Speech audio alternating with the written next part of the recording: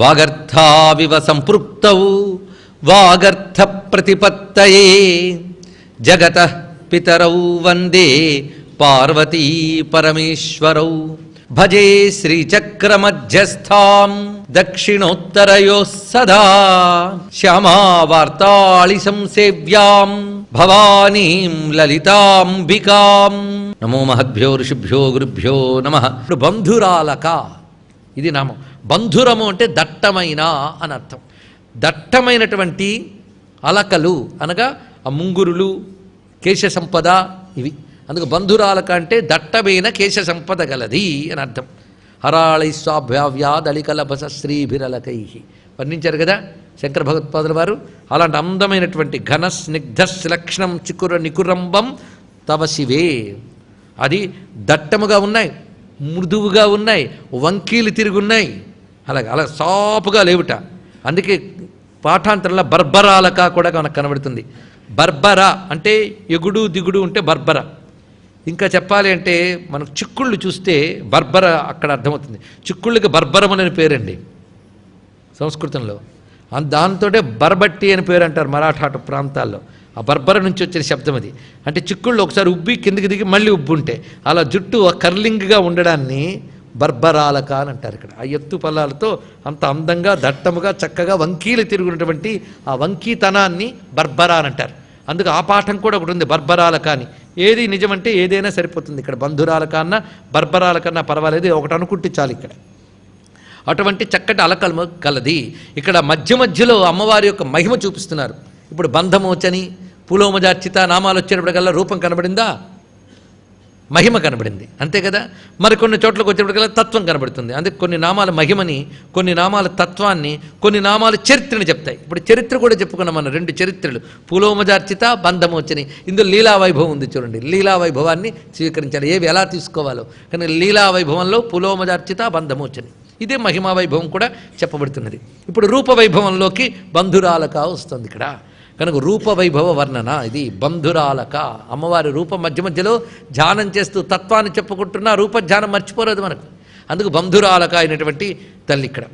అందుకే అందమౌ కొప్పడియ కలర్చు వెల్పు అన్నారు ఇక్కడ. ఉంగరాల ముంగురులు ఒప్పు ప్రోయాలు. ఉంగరాల ముంగురులు ఒప్పు ప్రోయాలు. మనకు ఉంగరాల జుట్టు అనే తెలుగు మాట. అది తీసుకుని నారాయణదాస్ గారు ఇంత చక్కగా వివరిస్తున్నారు. అందుకే విరయభూషణ బిర్సు వేనలి జే జే అన్నారు ఇక్కడ. విరయభూసిన బిరుసు వేనలి అంటే ఆ దట్టమైనటువంటి వేనలి అంటే వెంట్రుకలు కలిగి ఉంది కేశ సంపద. విరయభూషణ చక్కగా ఇక్కడ విరయభూషణ అంటే జుట్టు ఇలా విప్పుకుందని కాదు, జడ వేసుకుని ఉంది. అమ్మవారి రూపధ్యానంలో చాలా తెలుసుకోవాలి. ఈ మధ్య చిత్రపటాలు వేసిన వాళ్ళు కూడా ఇంత విప్పుకున్న జుట్లు వేస్తుంటారు. అమ్మవారు జడ వేసుకుని ఉంటుంది, కానీ అది చక్కగా విస్తారంగా ఒత్తుగా ఉంటుంది, మంచి జుట్టు కనుక. అందుకని జుట్లు విరగబూసుకోవడం దేవతల లక్షణం కాదు, వాళ్ళ ఆపోజిట్ల లక్షణాలు. ఒకటి వచ్చింది.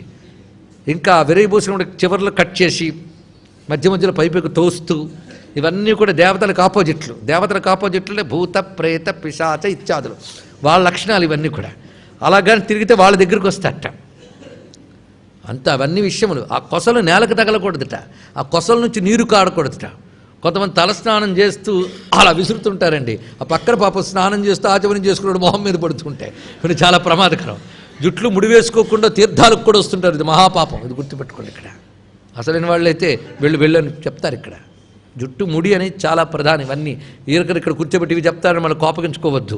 శాస్త్రంలో ఏముందో చెప్పాలి. మరి ఏకవేణి ధరాశయ్య అని జగనంగత ఏకయా నీలనాగాభయ వేణ్య సుందరకాండలో సీతమ్మ యొక్క జడని ఎంత వర్ణిస్తాడు. అంత కష్టంలో అంత దుఃఖంలో చెట్టు కింద కూర్చున్నప్పుడు కూడా సీతమ్మ జడ వేసుకోవడం మానలేదండి. జుట్లు విరవచ్చుకున్న సీతమ్మ టీవీల్లో కనబడుతుంది కానీ రామాయణంలో లేదు. ఆ బంధురాలక అన్నప్పుడు ముంగురులు మీద పడుతున్న దాన్ని బట్టి జుట్టు ఎంత దట్టమో ఆలోచించుకోవాలి. అది అలకలు అంటే ముంగురులే. ఇక్కడివి పడుతున్నాయి అంటే దాన్ని బట్టి జుట్టు ఎంత బంధురమో ఊహించుకోవాలి. అది ఇక్కడ చెప్పడం. ఒత్తైన జుట్టున్నప్పుడే అలకలు కిందకు వస్తాయి, అది చెప్పడం. ఆ అందం చూపిస్తున్నారు ఇక్కడ. అని అలకల వర్ణనతో మొత్తం జుట్టుని చూపించడం బంధురాలక అనే విషయం. బర్బర అంటే వంకీలు తిరిగి ఉంది గనక బర్బరాలక అన్న కూడా సరిపోతున్నది. ఉంగరాల జుట్టు అనే అందమైన విషయాన్ని ఇక్కడ అమ్మ యొక్క రూపధ్యానం చేసుకుని విమర్శ రూపిణి విద్యా వియదాది జగత్ప్రసూహు. ఇప్పుడు విమర్శ రూపిణి విద్య, విమర్శ రూపిణి అమ్మవారు విమర్శ రూపిణి. చాలా విశేషమైన అర్థం దీనిలో చూపిస్తున్నారు. ప్రకాశ విమర్శ ఈ రెండు తత్వములు శ్రీ విద్యలో ప్రధానం. ఈ రెండు తెలిస్తే కానీ శ్రీ విద్య అర్థం కాదు మనకి. ప్రకాశం అంటే స్వయం ప్రకాశమైన చైతన్య వస్తువు. ఎవడతడు? పరమాత్మ. ఆయన నుంచి వెలికి వచ్చినటువంటి శక్తి విమర్శ. దీనికి మనం ఉదాహరణ గతం నుంచి చెప్పుకుంటున్నది ఒక్కసారి గుర్తు తెచ్చుకుంటే ఇక్కడ మరింత స్పష్టంగా వెళ్ళిపోవచ్చు సబ్జెక్ట్లోకి. జ్యోతి వెలుగు. జ్యోతిని ప్రకాశం అందాం, వెలుగుని విమర్శ అందాం అంతే. ఇక్కడ విమర్శ అంటే వ్యాపించింది. దేని నుంచి వచ్చి వ్యాపించింది? జ్యోతి నుంచి ప్రకటింపబడి అంతా వ్యాపించిపోయింది విమర్శ. జ్యోతి ప్రకాశ. కానీ స్వయం ప్రకాశ వస్తువైన శివుడు పరబ్రహ్మము, ఆయన ప్రకాశ వస్తువైతే ఆయన నుంచి వచ్చి విస్తరించి విశ్వమంతా వ్యాపించిన శక్తి విమర్శ. ఇప్పుడు ప్రకాశ విమర్శ వేరుగా ఉన్నాయా? వెలుగు ఏ వస్తువు మీద పడిందో ఆ వస్తువును చూస్తున్నాం మనం, కానీ వస్తువు మీద పడిన వెలుగును చూడట్లేదు. వస్తువులు అంటే ప్రాపంచిక విషయములు. వీటి మీద పడుతున్న చైతన్యం, వీటిలో వ్యాపించిన చైతన్యం అమ్మ, అది వెలుగు అనుకుందాం. ఈ చైతన్యానికి మూలమైన వాడెవడు? పరమాత్మ. వేదాంత శాస్త్రం దీని రెండు శబ్దములతో చెప్పిందండి. ఈ రెండు తెలిస్తే చాలా, అదే మోక్షం ఉంది. వేదాంత శాస్త్రం దాని రెండు శబ్దములు చెప్పింది. సత్ చిత్ అంతే. సత్, సత్ అంటే ఉన్న వస్తువు, ఎప్పుడు ఉండేది, అది ప్రకాశ. అది చిత్, దాని నుంచి వచ్చే చైతన్యం, అది విస్తరిస్తుంది ఇక్కడ. అలాగే మన హృదయ కుహరంలో పరమాత్మ జ్యోతిగా ఉన్నాడు. ఆయన చైతన్య విమర్శ శరీరం అంతా ప్రసరించి తిరుగుతుంది. ఇది తెలుసుకోవాల్సింది. అలా విశ్వమంతా తీసుకోవాలి. ప్రకాశ విమర్శ. అందుకే అమ్మవారు విమర్శ రూపిణి. మొత్తంగా మనకి పుణ్యకీర్తి నామం నుంచి విమర్శ రూపిణి అనబడే అద్భుతమైన శ్రీ విద్యా రహస్యం చెప్పబడుతున్నది. అందుకు శ్రీచక్ర మధ్యంలో ఉన్న బిందువులో ప్రకాశ విమర్శములు కలిసి ఉంటాయటండి. అంటే విశ్వంగా వ్యాపించడానికి సిద్ధమైపోయిన శక్తి, విశ్వంగా వ్యాపించడానికి సిద్ధమైన శక్తి పరమాత్మ నుంచి మొట్టమొదట ప్రకటింపబడుతుంది. ఆ మొట్టమొదట ప్రకటింపబడిన శక్తితో ఉన్న పరమాత్మని బిందుస్వరూపుడు అంటారు. ఇది తెలుసుకోవాలి. లేకపోతే కొలను వంటి వాడు ఆయన. కొలంలో బిందువు పడిందంటే సృష్టి చేస్తాననే సంకల్పం ఆయనకు కలిగింది. ఈ సంకల్ప శక్తి విమర్శ యొక్క ప్రథమ స్వరూపం. అది ప్రకాశంతో కలిసే ఉంది. అది బిందువు. ఇది గ్రహించుకోవాల్సింది. అందుకే అక్కడ మొదలై లోకమంతా వ్యాపించింది. కానీ బిందువుతో మొదలై ఆవరణలంతా వ్యాపించిందేది? విమర్శ రూపిణి. అందుకు విమర్శ రూపిణి అనగానే ఎంత విశేషంగా చెప్తున్నాడు. అంతేకాదు, విమర్శ రూపిణి అంటే బ్రహ్మ విద్య అని అర్థంట. బ్రహ్మము గురించి ఆలోచించేది బ్రహ్మ విద్య కదా, అదొక్కటే. ఆలోచన విద్య, అంతేగాని చదివేది పుస్తకాల్లో ఉన్నది కాదు విద్య. ఆలోచన. ఆలోచన ఎలా చేయాలి? విమర్శించుటాన్ని లోకంలో మాట ఉంది మనకి. వ్యవహారంలో విమర్శ అంటే వాడిని తిట్టడం కాదు, దాన్ని విడమరచి ఆలోచించుట, బాగా దాన్ని ఆలోచన విచారణాశీల. ఇది విమర్శ అంటే. బ్రహ్మ విద్య గురువుగారు చెప్తారు, తత్వం అసి అని చెప్పేశారు. తత్ బ్రహ్మ పదార్థం, త్వం జీవ పదార్థం, ఇది అసి ఐక్యం చెప్తున్నది అని చెప్పేసి వెళ్ళిపోయారు ఆయన. నువ్వు ఆలోచించు, జీవపదార్థ శోధన చేసుకో, తత్పదార్థాన్ని అర్థం చేసుకో, రెండిటికున్న ఐక్యతను తెలుసుకో. ఇది దేనివల్ల వస్తుంది? విచారణ. అలా విచారణ చేస్తే కానీ దొరకదు ఆ ప్రకాశము. అంటే బ్రహ్మ పదార్థము విచారణాశీలి అయిన విద్య ద్వారా దొరుకుతుంది. అందుకే విచారణాశీలిని అయిన బ్రహ్మ విద్యనే విమర్శ రూపిణి అంటారు. ఈ బ్రహ్మ విద్య ద్వారా ప్రతిపాదింపబడే బ్రహ్మము ప్రకాశము. ఇది చెప్తున్నారు విమర్శ రూపిణి విద్య. ప్రకాశ విమర్శ స్వరూపము కేనోపనిషత్తులో చెప్పబడ్డ కథ. అక్కడ పరమేశ్వరుడు యక్ష రూపంలో కనబడడం, దేవతలు ప్రశ్నించడం, తిరిగి ఆయన అంతర్ధామగానే అమ్మవారు రావడం, అక్కడ మనకి చెప్పబడుతుంది. ఆ ప్రకాశ విమర్శలు అంటే ఇదే తెలుసుకోవాల్సింది. కనుక విమర్శ అంటే ఏమిటో కాదు, విశ్వమంతా బ్రహ్మమే అనే ఎరుక మనకి కలిగించేది విమర్శ. ఆ విచారణ శక్తి నీలో, అది అమ్మ దయ ఉంటే గానీ విమర్శ రూపిణి రాదు నీకు. ఇది ఆ తల్లి. అందుకే విమర్శ రూపిణి అనే దానికి రెండవ అర్థం ఇప్పుడు చెప్పుకున్నాం. మొదటి అర్థం గుర్తుందా? పరమాత్మ యొక్క వెలుగే, పరమాత్మ నుంచి ప్రకటింపబడిన శక్తియే విమర్శ. ఇది మొదటి అర్థం. ఆయన సత్తు, ఈవిడ చిత్. ఇది సత్తు చిత్తు అనడానికి పెద్ద కష్టపడక్కర్లేదండి, చిన్నదే. సత్ అంటే ఉన్నది అని అర్థం. ఇప్పుడు నేనున్నాను అని ప్రతివాడు అంటాడా లేదా? నేనున్నానండి అనే. నువ్వున్నావా?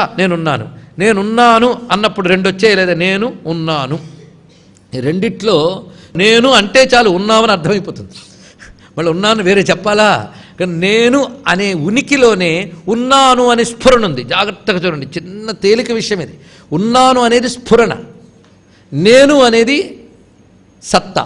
సత్తా స్ఫురత్తా అంటారు దీన్ని. సత్తా అంటే ఉనికి. మళ్ళీ చెప్తా, ఉనికి స్ఫురణ కలిసి ఉన్నాయా లేవా? నేను ఉన్నాను అన్నప్పుడు నేను అనే ఉనికిలోనే ఉన్నాననే స్ఫురణ ఉందా లేదా చెప్పండి ఇక్కడ. అంతేగాని నేను లేనండి అంటాడు ఎవడైనా. లేనండి అంటే నేను ఉన్నానని అర్థం. నేను లేనండి అని అనగలిగేవంటే నేను అనేది ఉండడం వల్లే కదా నేను లేనండి అని కూడా అనగలిగావు నువ్వు. కనుక నేను అనే దాంట్లోనే ఉన్నానని స్ఫురణ ఉంది, కనుక సత్తులోనే చిత్తు ఉంది. సత్తు ఈశ్వరుడు, చిత్తు అమ్మవారు. ఇప్పుడు తెలిసిపోయింది ఇక్కడ ఆ స్ఫురత అనే శక్తి అమ్మవారు. అదే విమర్శ రూపిణి, అదే వ్యాపించింది. అందుకే ఈ మాట స్వభావకి స్ఫురత విమర్శ రూప అస్య విద్యతే శక్తి సైవ చరాచరమఖిలం జనయతి జగదే తదపిచ సంహరతి. ఒక్క శ్లోకంలో చెప్తున్నారు శ్రీ విద్యావేత్తరింద్ర విషయం. పరమాత్మ యొక్క వెలుగే, పరమాత్మ నుంచి ప్రకటింపబడిన శక్తియే విమర్శ. ఇది మొదటి అర్థం. ఆయన సత్తు, ఇవిడ చిత్తు. ఇది సత్తు చిత్తు అనడానికి పెద్ద కష్టపడక్కర్లేదండి, చిన్నదే. సత్ అంటే ఉన్నది అని అర్థం. ఇప్పుడు నేనున్నాను అని ప్రతివాడు అంటాడా లేదా? నేనున్నానండి అనే. నువ్వు ఉన్నావా? నేనున్నాను. నేనున్నాను అన్నప్పుడు రెండు వచ్చాయి లేదా? నేను ఉన్నాను. ఈ రెండిట్లో నేను అంటే చాలు ఉన్నామని అర్థమైపోతుంది. మళ్ళీ ఉన్నాను వేరే చెప్పాలా? కానీ నేను అనే ఉనికిలోనే ఉన్నాను అనే స్ఫురణ ఉంది. జాగ్రత్తగా చూడండి, చిన్న తేలిక విషయం ఇది. ఉన్నాను అనేది స్ఫురణ, నేను అనేది సత్తా. సత్తా స్ఫురత్త అంటారు దీన్ని. సత్తా అంటే ఉనికి, ఉనికి. మళ్ళీ చెప్తాను, ఉనికి స్ఫురణ కలిసి ఉన్నాయా లేవా? నేను ఉన్నాను అన్నప్పుడు నేను అనే ఉనికిలోనే ఉన్నాననే స్ఫురణ ఉందా లేదా చెప్పండి ఇక్కడ. అంతేగాని నేను లేనండి అంటాడు ఎవడైనా. లేనండి అంటే నేను ఉన్నానని అర్థం. నేను లేనండి అని అనగలిగేవంటే నేను అనేది ఉండడం వల్లే కదా నేను లేనండి అని కూడా అనగలిగావు నువ్వు. కనుక నేను అనే దాంట్లోనే ఉన్నానని స్ఫురణ ఉంది, కనుక సత్తులోనే చిత్తు ఉంది. సత్తు ఈశ్వరుడు, చిత్తు అమ్మవారు. ఇప్పుడు తెలిసిపోయింది ఇక్కడ ఆ స్ఫురత అనే శక్తి అమ్మవారు. అదే విమర్శ రూపిణి, అదే వ్యాపించింది. అందుకే ఈ మాట స్వభావకి స్ఫురత విమర్శ రూప అస్య విద్యతే శక్తి సైవ చరాచరమఖిలం జనయతి జగదే తదపిచ సంహరతి. ఒక్క శ్లోకంలో చెప్తున్నారు శ్రీ విద్యావేత్తరింద్ర విశేషించండి. స్వాభావికి స్ఫురత. ఈ స్ఫురత అనేది సత్తుకి స్వాభావికి. స్వాభావికి అంటే బై నేచర్, స్వభావంగా ఉన్నది. శివస్య సహజ ధ్రువ, ఇదే ఉపనిషత్తు అంతా ప్రతిపాదన చేస్తుంది. సూర్యుడికి వెలుగు ఎంత సహజమో సత్తుకి చిత్త అంత సహజం. అందుకు దీన్ని స్వాభావికి స్ఫురత్త, అదే విమర్శ రూప. దాన్ని విమర్శ రూపం అంటారు. ఆ శక్తియే సా ఏవ, అది మాత్రమే చరాచరం అఖిలం, ఈ అఖిల చరాచరాన్ని జనయతి జగదేత అపిచ సంహరతి. ఆ విమర్శ రూపిణైన శక్తియే ఈ సృష్టిని సృష్టిస్తోంది, పాలిస్తోంది, సంహరిస్తోంది. అనగా సృష్టి స్థితిలయ కారిణి అయిన శక్తి విమర్శ రూపిణి. అది ఎవరిదో అతడు ప్రకాశము. ఆ రెండు విడివిడిగా లేదు. అందుకే ప్రకాశ విమర్శ ఏకత్వం తెలుసుకోవాలి. ఈ విమర్శ తెలిస్తే కానీ ప్రకాశం తెలియదు. సూర్యుడు వెలుగుబట్టే సూర్యుని తెలుసుకుంటున్నావు. ఉన్నానని స్ఫురణ బట్టే నేనని తెలియబడుతున్నది. అదేవిధంగా వెలుగు బట్టి సూర్యుడు తెలియబడినట్లుగా విమర్శ బట్టి ప్రకాశం తెలియబడుతుంది. తెలియబడ్డాక రెండూ ఏకమే అని జ్ఞానం మిగిలిపోతుంది. ఆ జ్ఞానమే సర్వం బ్రహ్మమయం జగత్ అనేటువంటి బ్రహ్మ విద్య. తెలిసిపోయింది కదా. దీన్ని విశ్లేషిస్తూ శాస్త్రం ఎంత చక్కగా చెప్తోంది. వాచకేన విమర్శేన వినా కిం వా ప్రకాశ్యతే, వాచ్యేనాపి ప్రకాశేన వినా కిం వా విమర్శ్యతే అన్నాడు ఇక్కడ. ఎందుకంటే మహాత్ములైన వారు జ్ఞాన విషయం వచ్చేటప్పటికల్లా ఆనందం తట్టుకోలేక రకరకాలుగా దాన్ని భావన చేస్తూ ఉంటారండి. అందులో వాచకము వాచ్యము అని రెండు ఉంటాయి అంటున్నాడు. వాచ్య వాచకము జాగ్రత్తగా తెలుసుకుందాం. వాచ్యము వాచకము. వాచ్యము అంటే చెప్పబడేది, బడేది. వాచకము అంటే చెప్పునది, ఇది అర్థం. వాచ్యము వాచకము, చెప్పునది చెప్పబడేది, రెండు వస్తువులు ఉన్నాయట. అంటే మనం దేని గురించి చెప్తున్నామో అది వాచ్యము, ఆ చెప్పడాన్ని వాచకము అంటాం. వాచకం లేనిది వాచ్యం తెలుస్తుందా అన్నాడు ఒకటే మాట ఇక్కడ. వాచకము లేనిది వాచ్యము తెలియదు, వాచ్యము లేనిది వాచకం ఉంటుందా అన్నాడు గొప్ప మాట ఇక్కడ. చెప్పబడేది లేనప్పుడు చెప్పడం ఎక్కడుంటుంది? చెప్పడం అనేది లేనప్పుడు చెప్పబడేది ఎలా తెలుస్తుంది అన్నాడు ఇక్కడ మాట. అందుకే చెప్పబడేది తెలియాలి అంటే చెప్పడం అనేది ఉండాలి. అలాగే చెప్పడం అనేది ఉంటే తెలియబడుతుంది చెప్పబడేది. అందుకే ఒకటి లేనిది ఒకటి లేదు కదా, అది తెలుసుకోవాలి ఇక్కడ. అందుకే వాచ్య వాచకములు అన్నారు ఇక్కడ. అందుకే వాచకేన విమర్శేన వినా కింవా ప్రకాశతే. విమర్శమైన వాచకము లేకపోతే ప్రకాశము ఎలా తెలియబడుతుందయ్యా? వాచ్యేనే ప్రకాశేన వినా కింవా విమర్శతే. వాచ్యమైన ప్రకాశము లేకపోతే వాచకమైన విమర్శ ఎక్కడుంది? అందుకే తస్మాత్ విమర్శో విస్ఫూర్తౌ ప్రకాశం సమపేక్షతే, ప్రకాశాత్మనోజ్ఞానే విమర్శం సమపేక్షతే. ఒకటినొకటి అపేక్షిస్తూ ఉంటాయి అన్నాడు. ఒకదాని మీద ఒకటి ఆధారపడి ఉంటాయి. దీన్ని ఆధారాధేయ తత్వములు అంటారు. ఇదే శివశక్తి తత్వము. మళ్ళీ ప్రకాశ విమర్శ తత్వంలోకి వెళితే శివశక్తి అభేద్యము వస్తున్నది. ఇదంతా శ్రీ విద్య, ఇదంతా శ్రీచక్రం. ఇది గ్రహించుకోవాల్సింది. కనుక ప్రకాశ విమర్శలు కలిసి ఒక్కచోట బిందువుగా కనబడుతూ అవి కలిసి విస్తరిస్తూ మిగిలిన ఆవరణలో కనబడతాయి. ప్రకాశ విమర్శ స్వరూపమే శ్రీచక్రము. ఇది గ్రహించుకోవాల్సింది. ఈ రహస్యమే మనకి అర్థము వాచ్యము, వాచకము వాక్కు, ఈ రెండిటికి ఉన్న అభేద స్థితే వాగర్థావివ సంపృక్తౌ వాగర్థ ప్రతిపత్తయే జగత పితరౌ వందే పార్వతీ పరమేశ్వరు. ఇప్పుడు మనకు మరొకటి అర్థం ఏంటుంది? ఇంత మహావిషయాన్ని గ్రహించిన మహానుభావుడు కాళిదాస మహాకవి. అందుకే శివశక్తుల ఏకత్వ జ్ఞానాన్నంతటినీ కుమార సంభవం అనే గ్రంథంలో మనకి అత్యంత రహస్యంగా ఇచ్చాడు. మామూలుగా చదివితే కావ్యం, లోపల చదివితే మంత్రశాస్త్రమే. అది ఇక్కడ అది గ్రహించుకోవాల్సింది. మొత్తానికి విమర్శ రూపిణి విద్య.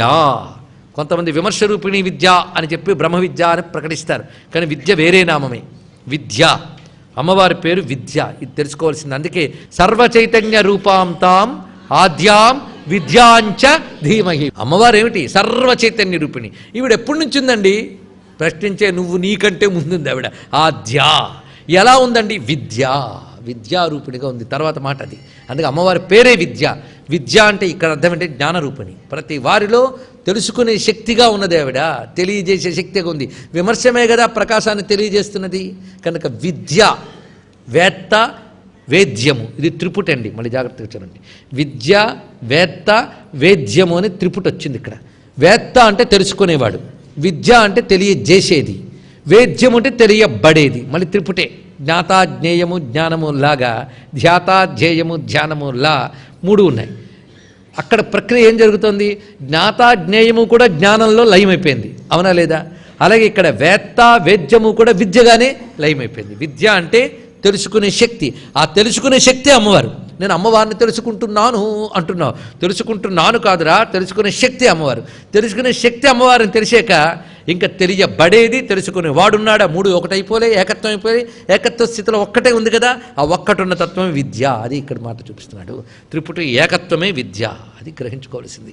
కనుక విద్య పరమాత్మని తెలియజేయనిది. సృష్టిలో నువ్వు ఏది తెలుసుకుంటున్నావన్నా, ఏ శక్తి ఉండడం వల్ల అన్నీ తెలుసుకుంటున్నావో ఆ శక్తే విద్య. ఇది ఏ శక్తి ఉండడం వల్ల అన్నీ తెలుసుకుంటున్నావో అదే విద్య. నాకు తెలియలేదండి అన్నావా? తెలియలేదనేది తెలుసుకున్నావా? జాగ్రత్తగా పట్టుకోండి. ఇదేం కన్ఫ్యూజన్ ఏం కదండి. నాకు తెలియలేదు అన్నది నీకు తెలిసిందా లేదా? తెలిసింది అంటే చైతన్యం ఒకటి ఉంటేనే కదా తెలిసింది. ఆ చైతన్యం లేకపోతే తర్వాత చెప్పినా తెలుసుకోలేవు. ఇది మైకని దేనివల్ల తెలుసుకున్నావు? లోపల తెలివి వల్లే కదా. కనుక ప్రతి సృష్టిలో ఏది తెలుసుకున్నామన్నా లోపల ఉన్న చైతన్యం అదే విద్య. అదే విమర్శ రూపిణిగా ప్రపంచమంతా వ్యాపించింది. అది విమర్శ రూపిణియే విద్య. ఇది చెప్పడంలో ఉన్నటువంటి గొప్ప విషయం. లేదా విద్య అనగా ఇక్కడ చైతన్యము, ఇదే అర్థం తీసుకొని పరమాణువు మొదలుకొని పరమాత్మ వరకు వ్యాపించిన చైతన్యమే విద్య. ఒక్క మాటలో పరమాణువు మొదలుకొని పరమాత్మ వరకు వ్యాపించింది చైతన్యం. అంతకాదు, కుక్క నక్క కూడా తెలుసుకుంటున్నాయి. తెలుసుకోలేకపోతే అక్కడ ఆహార పదార్థం ఉంది, మింగాలని అది ఎలా బయలుదేరిందండి? దాని లోపల ప్రజ్ఞ దానికి ఉంది. కానీ ప్రతి వారిలో ప్రజ్ఞారూపిణిగా ఉన్నటువంటి ప్రజ్ఞానం బ్రహ్మ అనే మహావాక్యమే ఇక్కడ భావన చేయవలసింది. ఆ ప్రజ్ఞాన రూపమైనటువంటి విద్య అమ్మవారు. ఇదో ఒక అర్థం. అంతేకాదు, విద్య అంటే ఏమనుకున్నావు? యయాత దక్షరం అధిగమ్యతే సా విద్య. ఉపనిషత్తు విద్య అంటే ఒక్కడే చెప్పింది. పరబ్రహ్మమును తెలియజేయింది విద్య. అదొక్కడే విద్య. ఆ విద్య అమ్మ రూపమే. అదే బ్రహ్మ విద్య. అందుకే విమర్శ రూపిణి విద్య అంటే విచారణశీలిన శక్తి విమర్శ రూపిణి. ఆ విచారణ శక్తితో తెలియబడే బ్రహ్మ విద్య విద్య. ఇది రెండు అర్థములు మనం గ్రహించుకుంటున్నాం. విద్య అంటే ఇప్పటికి రెండు అర్థములు. ప్రతివారిలో చైతన్యముగా ఉండి తెలియబడేది ఒకటి విద్య అనగా బ్రహ్మ విద్య. మూడవ అర్థం ఏంటంటే శ్రీ విద్య. అదొకటి. ఇక్కడ విద్య అనగా శ్రీ విద్య అంతా కలుపుకుని అమ్మ రూపమే. మనం వాడేటువంటి మంత్రములు, యంత్రములు, పరివార దేవతలు, యోగ ప్రక్రియలు అన్నీ కలుపుకుంటే దాని పేరు శ్రీ విద్య. ఈ శ్రీ విద్య అంతా ఎవరు? అమ్మ రూపిణే. కనుక విద్య వేరు, ఉపాసింపబడే తల్లి వేరు కాదయ్యా. నువ్వు ఉపాసించే విద్య అంతా అమ్మవారిని తెలుసుకో. అది ఇక్కడ విద్యానామంలో ఉన్నది. అందులో అంతా అమ్మే విమర్శింపబడుతోంది, అంటే విచారణ చేయబడుతున్నది. అది విమర్శ రూపిణి విద్య. విద్యాహిషా పరమాహి దేవి అని సప్తశతి చెప్తున్న వాక్యం ఇదే. ఆ విమర్శ రూపిణి అనే విద్య చేతనే సృష్టిస్థితులన్నీ జరిగాయి కదా. ఇప్పటి వరకు మనం తెలుసుకున్నాం. కనుక సర్వచైతన్య రూపం ఆద్యాం విద్యాం, అక్కడి నుంచి కదా ఈ జగత్తంతా నిర్మాణమైంది. కనుక ఆద్య అయిన విమర్శ రూపిణి శక్తి మొట్టమొదటి వచ్చింది స్వామి నుంచి. దాని నుంచి జగత్తంతా ఏర్పడింది. కనుక ఆత్మ యొక్క శక్తి విమర్శ రూపంగా వ్యక్తమవగానే అక్కడి నుంచి సృష్టి ఏర్పడింది. సృష్టిలో ప్రథమభూతమేది? ఆకాశం. అందుకే ఆత్మావా ఇదమగ్ర ఆసీత్, ఇది కదా ఉపనిషత్తు చెప్తుంది. మొట్టమొదటి ఆత్మయే ఉండెను. ఆ ఉండెను అన్నప్పుడు స్ఫురణగా ఉంది కనుక విమర్శ అయింది, అది ప్రకాశ విమర్శ.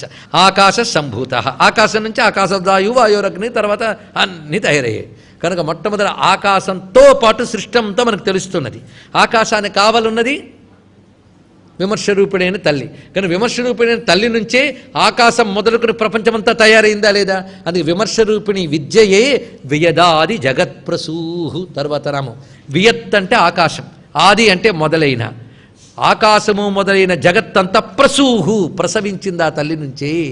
కనుక నా క్రమం ఎంత బాగా చూపిస్తున్నాడు. విమర్శ రూపిణి విద్య నుంచే వీదాది జగత్తులు కలిగాయి. కనుక వీదాది జగత్తులు కన్న తల్లి ఎవరు?